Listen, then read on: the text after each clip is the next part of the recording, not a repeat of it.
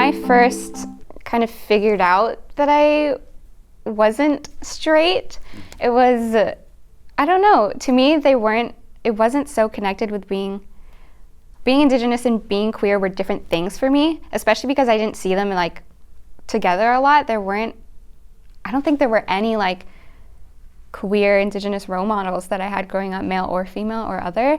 So I don't know, like in my head, they just weren't the same thing. I mean, I didn't really, when I was just kind of like exploring my sexuality and realizing that I was interested in everyone, it was kind of like, it was confusing because I was like, I know I definitely like boys, but like, I don't know, can you like both? Or do I have to only like girls? Or do I have to only like boys? And there are people that don't conform to either, and I'm attracted to them. So it's like, what does this mean? What does this mean? And then it was like going through those different struggles at the same time were weird. But I figured it out. I mean, yeah. I used to see them as two separate things because I always felt like my community was, I call it conquered Catholic, because often the Catholicism was beat into them and abused into them, that a lot of the folks where I'm from are Catholic. So they don't, they perceive me as an abomination and as a sin, right? And the only memories I have of the first like LGBT person on our reserve was somebody that got beat up a lot because of who they were.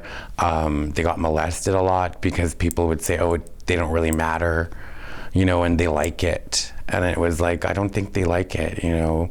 Person grew up to be a very damaged person and actually committed suicide. Mm-hmm. And the only other person I could remember also did the same thing, committed suicide. So it was, you know, it always felt like two separate things for me as well, you know, and not anymore now. Mm-hmm. Now I'm like, I'm both, and I'm so proud to be both.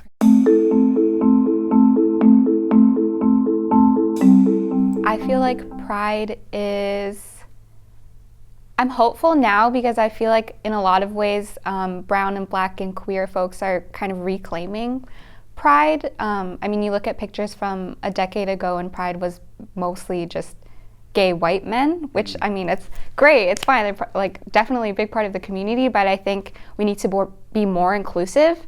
Yeah, definitely. So pride for me, pride is queer, pride is brown, pride is black, you know.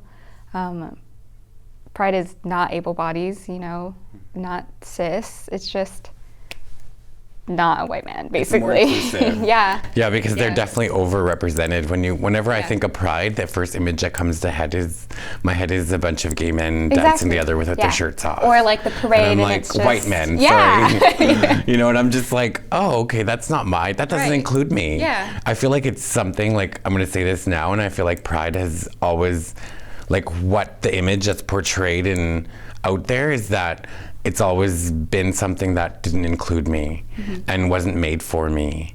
And it feels like all those other systems, you know, like the healthcare, the justice system, the government system, all those things weren't created for me, by me, and they don't support me. So I always felt like that way about a lot of things. Right.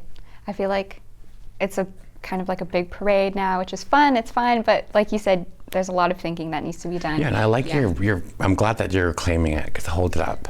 Hold it up, Jacoby, you know, reclaim it for the brown folks. I'm trying. Good.